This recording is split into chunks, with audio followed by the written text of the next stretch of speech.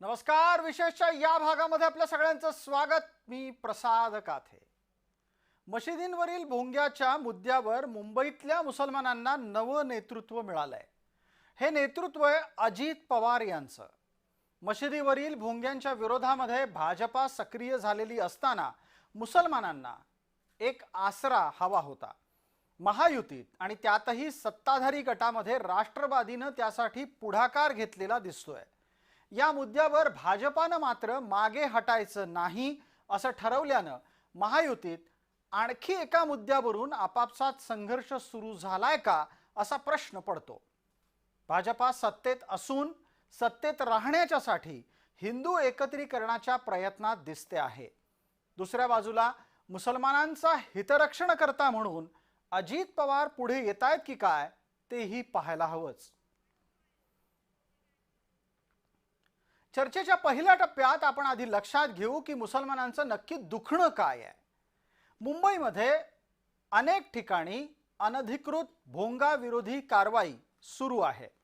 या निमित्तानं पोलिसांनी ठिकठिकाणी कारवाई करत आतापर्यंत 1500 भोंगे उतरवलेले आहेत.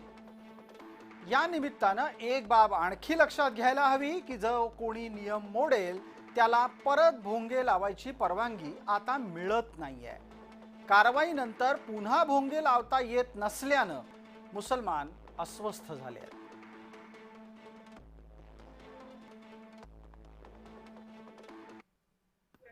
महाराष्ट्र के डेप्यूटी सीएम अजीत दादा पवार से मुलाकात की. ये था जो मुंबई के अंदर लाउड स्पीकर जो निकलवा रहे हैं मस्जिदों में से भोंगे, उसके ताल्लुक से मुलाकात की और अजीत दादा को हमने समझाया कि दादा इस तरह से चल रहा है कि मस्जिदों के अंदर आके पुलिस वाले ये सब कर रहे हैं, लाउड स्पीकर निकलवा रहे हैं, जबकि सुप्रीम कोर्ट का डायरेक्शन है डेसिमल लेवल्स के ऊपर. हमारी सारी बातें सुनी है दादा ने, उनका कमिश्नर साहब भी थे, डीजी मैडम भी थी, सबको सुना पेशेंटली. हमने हमारी बात रखी और हमको उम्मीद है कि सरकार इसमें जल्दी से जल्दी कार्रवाई करेगी और हमारे पक्ष के अंदर जो भी बेहतर होगा वो सरकार करेगी. प्रत्यक्षात तक्रारकर्त्या मुसलमानांना गृहमंत्र्यांकडे जायला हवं होतं, कारण त्यांची तक्रार ही पोलिसांच्या कारवाईच्या विरोधात आहे आणि म्हणूनच ते जायला पाहिजे होतं गृहमंत्र्यांकडे, गेले अर्थमंत्र्यांकडे.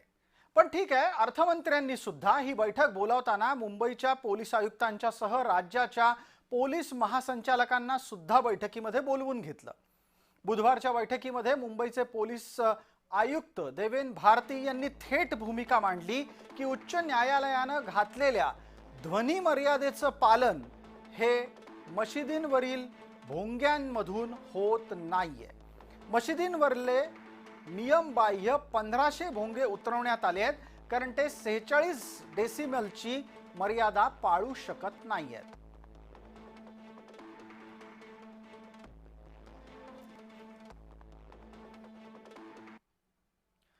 खरं पाहायला गेलं तर मुंबईतलाच मुद्दा आहे हा असं अजिबात नाही. मशिदींवरील भोंग्याचा त्रास केवळ मुंबईतच आहे असं नाही. दिवसभरातून अनेकदा अजानसाठी वाजणारे हे भोंगे भारतातच सर्वत्र त्रासाचा मुद्दा ठरतायत. कारण या अजानमुळे पहाटेच्या शांततेमध्ये अनेकांची झोप मोड होते आहे.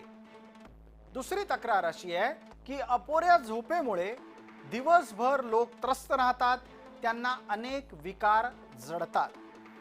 लाऊडस्पीकर कर्णकर्कश असतात, त्यामुळे गोंगाट होतो. हा गोंगाट मनस्वास्थ्य बिघडवतो, रक्तदाबाचा त्रास सुरू करतो.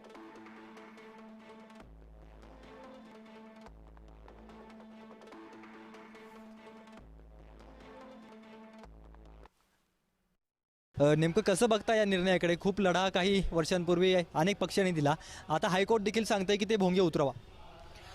आम्ही या निर्णयाचं स्वागत करतो आणि आम्हाला आनंद आहे या निर्णयाबद्दल. जो मुंबई उच्च न्यायालयाने दिलेला हा जो आदेश आहे किंवा हे जे निर्णय आहेत याचं आम्ही खरोखर स्वागत करतो. कारण की भोंग्यांसाठी लागते ती इलेक्ट्रिसिटी, म्हणजेच इलेक्ट्रिसिटी आल्यानंतर भोंग्यांची निर्मिती झालेली आहे. याच्या आधी मशिदी होत्याच ना, मग तुम्ही त्यावेळेस पण बांग देत होतात, मग भोंगे नव्हते तर तुम्ही बांग कशी देत होतात? म्हणजे तुम्ही एखाद्या धर्माला मुद्दाम चीड निर्माण करण्यासाठी हे भोंगे उभारलेत का, असा आमचा प्रश्न आहे. जसं सरकारने भोंगे बंद पाडण्याचा निर्णय घेतलेला आहे, तसंच सरकारने येणाऱ्या काळात ज्या अनधिकृत बांधकाम आहेत, मस्जिदी जे उभारले जात आहेत ते सगळंच बंद करावं आणि कुठेतरी त्याच्यावर खटला चालवत. आनंद आहे पुणेकरांना या निर्णय. अतिशय आनंद झालेला आहे आम्हाला आणि पुन्हा हे भोंगे वाजूच नये असं आमचा सरकारला आमचं आवाहन आहे सरकारला. तर मुंबई हायकोर्टाने घेतलेल्या या निर्णयाचं स्वागत जे आहे ते सध्या पुणेकर नागरिक करताना पाहायला मिळत आहेत. परंतु निश्चितचपणाने या निर्णयानंतर तरी या भोंग्यांवरती मर्यादा येणार का हे पाहणं आगामी काळामध्ये महत्त्वाचं असेल. कॅमेरा पर्सन दीप मिश्रासह रोहन कदम, जय महाराष्ट्र न्यूज, पुणे. मुंबई उच्च न्यायालयानं भोंगाविरोधी निर्णय दिल्याच्या नंतरच्या या प्रतिक्रिया आपण पाहिल्या आणि याच अनुषंगानं मुंबई परिसरामध्ये भोंगाविरोधी पोलीस कारवाई सुरू झाली आहे. या कारवाईमुळे मुसलमान नेत्यांवर त्यांच्या समाजातून दबाव वाढतोय.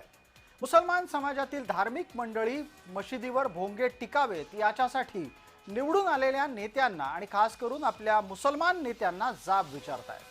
त्यामुळे मुसलमान आमदारांमध्ये अस्वस्थता निर्माण झालेली आहे. भोंग्याचा वाद अजित पवारांकडे घेऊन जाण्यामागे हीच भूमिका दिसतेय.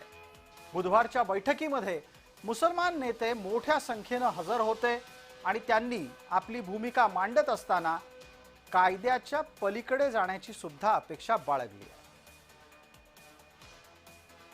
मुंबई में मस्जिदों पर लाउड स्पीकर जो है वो अलाउड नहीं होगा, इसलिए कि उनका साफ कहना है कि जो सुप्रीम कोर्ट का नियम है उसके मुताबिक और हाई कोर्ट का जो आदेश है डेसिबल का, वो लाउड स्पीकर में वो डेसिबल मेंटेन नहीं हो सकता है.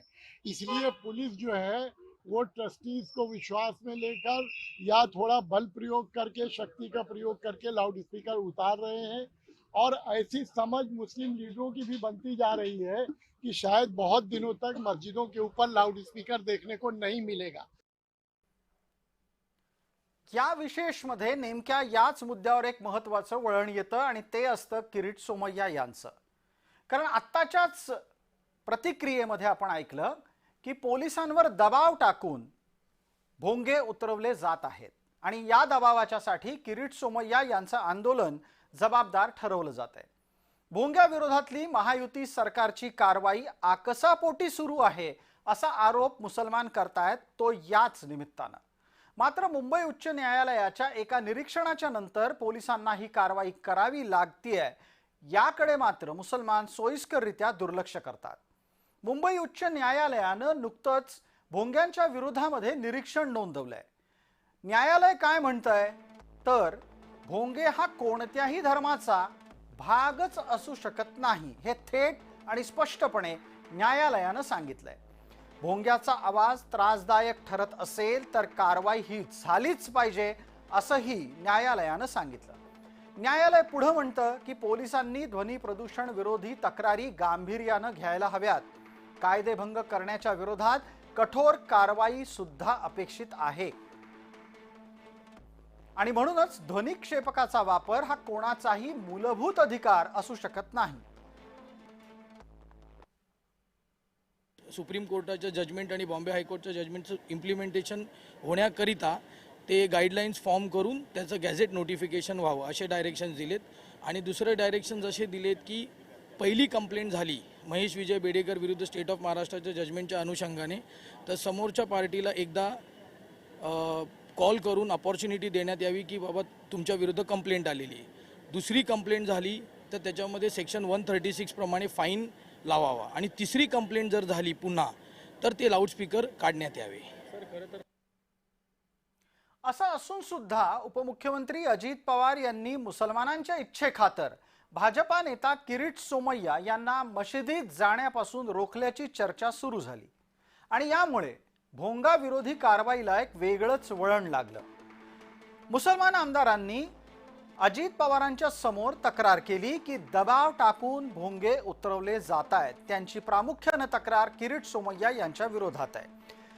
ती ऐकून घेतल्यानंतर अजित पवारांनी पोलिसांना सांगितलं की कारवाई नियमानुसारच झाली पाहिजे. मुसलमान आमदारांनी किरीट सोमय्या हे पोलिसांवर दबाव आणतात असं सुद्धा म्हटलं आणि त्यानंतर सोमय्या यांनी मशिदीत जाऊ नये असं वक्तव्य अजित पवारांनी केल्याचं समजतंय.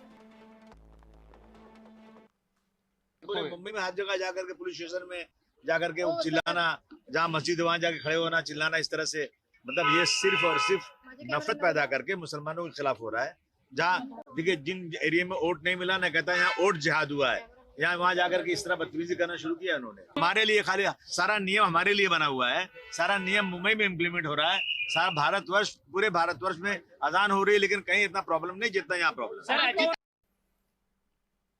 अजित पवारांनी भोंग्यावर आकसपूर्ण कारवाई नको अशी भूमिका घेतलेली आहे। प्रत्यक्षात महायुती म्हणून या विषयावर मुख्यमंत्र्यांची भूमिका वेगळी नाही। मात्र अजित पवारांनी या वादात किरीट सोमय्या यांना केंद्रस्थानी आणून प्रकरणाला एक वेगळाच रंग दिलाय।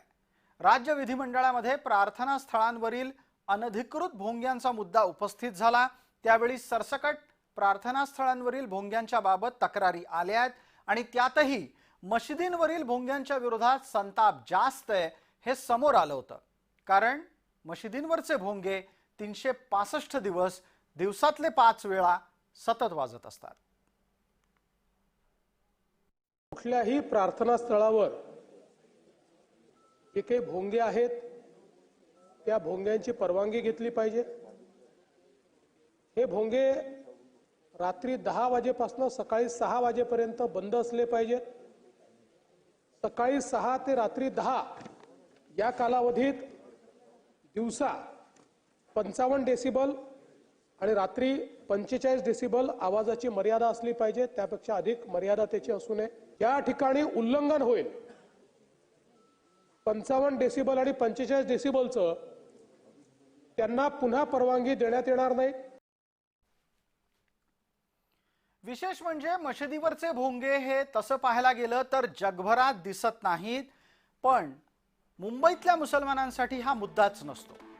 इस्लामचं प्रसार केंद्र म्हणून ज्या सौदी अरेबियाला पाहिलं जातं त्या सौदी अरेबियात मशिदींवर भोंग्यांच्या आवाजावर नियंत्रण लागू आहे। इस्रायलमध्ये तर मशिदीवर भोंगे मान्यच नाहीत। कॅनडा, जर्मनी, स्वित्झर्लंड इथे मशिदींवरील भोंग्यांवर थेट आणि स्पष्ट नियंत्रण आहेत।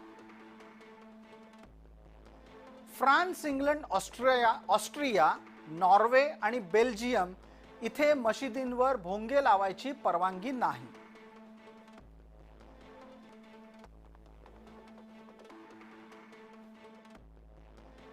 सकाळी 5 वाजता उगाच कुठलेही भोंगे वाजताना कोणाला दिसले तर कडकची कडक कारवाई